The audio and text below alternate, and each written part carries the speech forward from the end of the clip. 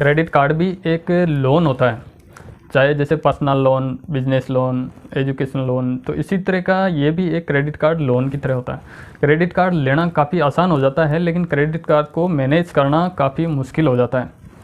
Credit card में अगर manage करने की बात करते हैं तो बहुत सारी चीज़ें इसके अंदर आ जाती है। वैसे क्रेडिट कार्ड में फ़ायदे बहुत ज़्यादा है, नुकसान बहुत कम है। क्रेडिट कार्ड को मैनेज से लेके और क्रेडिट कार्ड को क्लोज कराने का प्रोसेस भी काफ़ी मुश्किल हो जाता है। तो मैं हूं धर्माराम और आप देख रहे हैं विशाल डिजिटल प्लेटफॉर्म।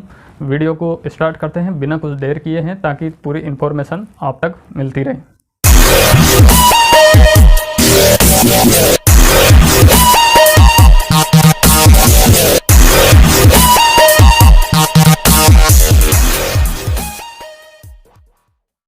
तो जैसा कि क्रेडिट कार्ड को मैनेज करना काफ़ी मुश्किल हो जाता है। क्रेडिट कार्ड को अगर सही जगह पे सही टाइम को अगर इस्तेमाल करते हैं तो आपको बहुत सारे बेनिफिट्स इसमें मिल जाएंगे, लेकिन वहीं अगर इसको गलत थोड़ा सी भी इस्तेमाल किया तो आपको बहुत बड़ा नुकसान भी हो जाता है। तो नुकसान कौन कौन से हैं वो मैं इस वीडियो में पूरा क्लियर बताऊंगा आपको। आप पूरा ध्यान लगा के पूरा वीडियो को कंप्लीट वॉच करें, आपको पूरा समझ में आ जाएगा कि आखिर क्रेडिट कार्ड के जाल में आदमी कैसे फंस जाता है और वो भविष्य में बहुत सारी दिक्कतों का सामना उसको करना पड़ जाता है। सबसे पहला नुकसान है वो आपको सभी को पता होगा कि क्रेडिट कार्ड का टाइमली पेमेंट नहीं करना। ये सबसे बड़ी नुकसान की बात यही है। अगर समय सीमा पे अपन ने पेमेंट नहीं किया, जो भी पीरियड मिलता है आपको 45 डेज़ या 50 डेज़ 52 डेज़ का जितना भी आपको एक टाइम मिलता है, उस टाइम के अंदर क्रेडिट कार्ड का क्लियर आपको पेमेंट करना होगा। अगर वो पेमेंट क्लियर नहीं हुआ तो आपका सिविल स्कोर है वो ख़राब कर दिया जाएगा। सिविल स्कोर ख़राब होने के बाद आप भविष्य में किसी भी बैंक का कार्ड नहीं ले सकते, साथ में आपको बैंक लोन भी नहीं देगा। अगर कोई देगा तो वो आपसे फिर हाई इंटरेस्ट चार्ज वसूला जाएगा। तो इस चीज़ का आपको पूरा ध्यान रखना होगा। अगर आप क्रेडिट कार्ड से बड़ी शॉपिंग करने जा रहे हैं तो आप ये ध्यान में ज़रूर रखें कि आपके कार्ड की जितनी लिमिट हो उतने का ही ट्रांजैक्शन करना सही मायने में। अगर आपका 1 रुपये का भी अगर ऊपर का ट्रांजैक्शन हो गया तो आपसे बैंक 500 से 600 रुपये की पेनल्टी वसूला जाएगा। तो इस चीज़ का आपको ध्यान रखना होगा ताकि ये नुकसान आपको झेलना नहीं पड़े। अगर आपके पास क्रेडिट कार्ड है या लेने की सोच रहे हैं तो इस चीज़ का भी आपको ध्यान रखना होगा कि एटीएम से कभी भी कैश विड्रॉल नहीं करें। अगर एटीएम से आपने कैश विड्रॉल करा तो बैंक इसके ऊपर भी चार्ज ठोक दिया जाएगा और वो चार्ज आपसे वसूल लिया जाएगा। तो इस चीज़ का आपको ध्यान रखना है। क्रेडिट कार्ड से सिर्फ आप शॉपिंग वगैरह या यूटिलिटी बिल वगैरह ये सारी चीज़ें कर सकते हैं, बट आप क्रेडिट कार्ड से कैश विड्रॉल नहीं कर सकते। क्रेडिट कार्ड से आप कोई बड़ी शॉपिंग करते हैं और बड़ी अमाउंट को आप ईएमआई में कन्वर्ट करवाते हैं तो वहाँ भी आपको एक हाई इंटरेस्ट चार्ज बैंक वसूलता है। साथ में आप जो प्रोसेसिंग फ़ीस होती है उसको भी आपसे ले ली जाती है। तो इसका भी काफ़ी बड़ा नुकसान है। बाकी आपको इंटरेस्ट काफ़ी कम लगता है, लेकिन क्रेडिट कार्ड की अगर ईएमआई कराओगे तो वहाँ पर आपसे जो ईएमआई का चार्ज इंटरेस्ट वसूला जाएगा वो काफ़ी हाई वसूला जाएगा। इसके अलावा भी क्रेडिट कार्ड से बहुत सारे ट्रांजैक्शन ऐसे होते हैं जहां बैंक आपसे कन्वेंस फीस जोड़ के ले लेता है।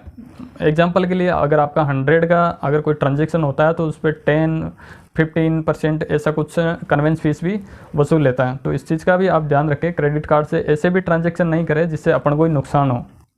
बहुत सारे बैंक आपको कार्ड की जो रिन्यूअल फीस होती है उसको वेवर ऑफ करने का बहुत सारे तरीके बैंक देती है, जिसमें कुछ बैंक आपको एक 2 लाख एक साल के अंदर 2 लाख की स्पेंडिंग, 3 लाख की, 4 लाख की, 5 लाख की ऐसी स्पेंडिंग का एक टारगेट दे देते हैं कि ये टारगेट आपका कंप्लीट होगा तो आपकी जो अगले साल की फ़ीस है, अगर 1500 2000 जो भी फ़ीस होती है कि वो आपकी माफ़ हो जाएगी। अब लोगों को ज़रूरत है 1 लाख एक साल में स्पेंड करने की, वो 1500 2000 की फ़ीस को वेवर ऑफ करने के लिए 2-2 लाख रुपए की स्पेंडिंग मार देते हैं और वो 2 लाख की स्पेंडिंग इतनी भारी पड़ जाती है कि वो कर्ज के जाल में फंस जाता है।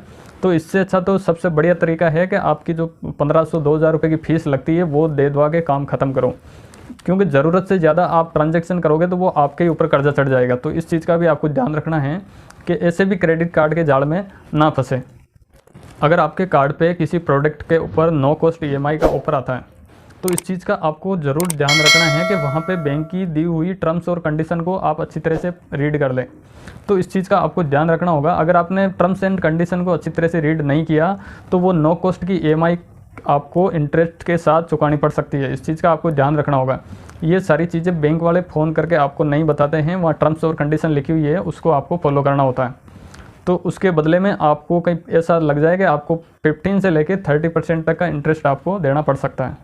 अपने क्रेडिट कार्ड पे जो भी रिवॉर्ड पॉइंट मिलता है उसको समय समय पे आपको रिडीम कर लेना चाहिए, क्योंकि बैंक समय समय पे उनको एक्सपायर कर देता है, जिससे नुकसान अपन को ही हो जाता है। तो इस चीज़ का आपको ध्यान रखना होगा। जो भी अपन ट्रांजैक्शन करते हैं तो उसके बदले में अपन को रिवॉर्ड पॉइंट या फिर कैशबैक की सुविधा बैंक देती है, जिसका अपन को पता नहीं रहता है। लोगों के लाखों रिवॉर्ड पॉइंट्स है वो एक्सपायर हो जाते हैं, जिसका नुकसान अपन को ही झेलना पड़ता है, बैंक को तो बेनिफिट ही होता है इसका। आप क्रेडिट कार्ड लेते हैं तो बैंक की टर्म्स एंड कंडीशन होती है, वो डॉक्यूमेंट में बाकायदा लिखी हुई रहती है, जो बिल्कुल छोटे छोटे अक्षरों में काफ़ी 2-3 पेज में लिखी हुई रहती है।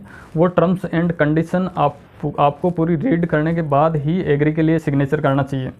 लोग क्या करते हैं, उसको पढ़ते नहीं हैं और सिग्नेचर कर देते हैं। बाद में बैंक क्या करते हैं, बहुत सारे हिडन चार्जेस भी लगा देती हैं, जो आपको पे करना ही होता है, क्योंकि आपने एग्री करके ही सिग्नेचर किया है। और बैंक को ये पता है कि छोटे छोटे अक्षरों में बहुत सारे लिख दो, जो आदमी इतना न तो पढ़ पाएगा, क्योंकि समय बहुत ज़्यादा लगेगा। इस कारण से लोग उस पर सिग्नेचर कर देते हैं। बैंक को काफ़ी फ़ायदा होता है इस चीज़ से।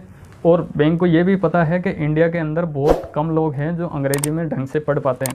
बहुत सारे लोगों को अंग्रेज़ी में लिखा हुआ बहुत कम ही समझ में आता है। तो इस चीज़ का भी आपको समझ लेना चाहिए, या आप किसी एजेंट से या बैंक से ये चीज़ें पूछ भी लेनी चाहिए आपको, अगर समझ में नहीं आती है तो। नहीं तो नुकसान अपन को ही झेलना पड़ेगा उसका भी।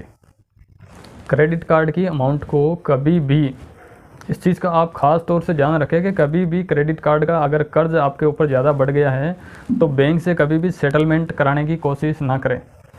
एग्जाम्पल के लिए, अगर आपका 1 लाख का अमाउंट है, आप नहीं दे पा रहे हैं समय पे और इंटरेस्ट के साथ वो अगर बढ़ता ही जा रहा है, तो बैंक से सेटलमेंट कराने की कोशिश ना करें। बैंक सेटलमेंट करेगा तो आपके लास्ट 15 से 20,000 तक कम कर सकता है, बाकी पेमेंट तो आपको करना ही होगा।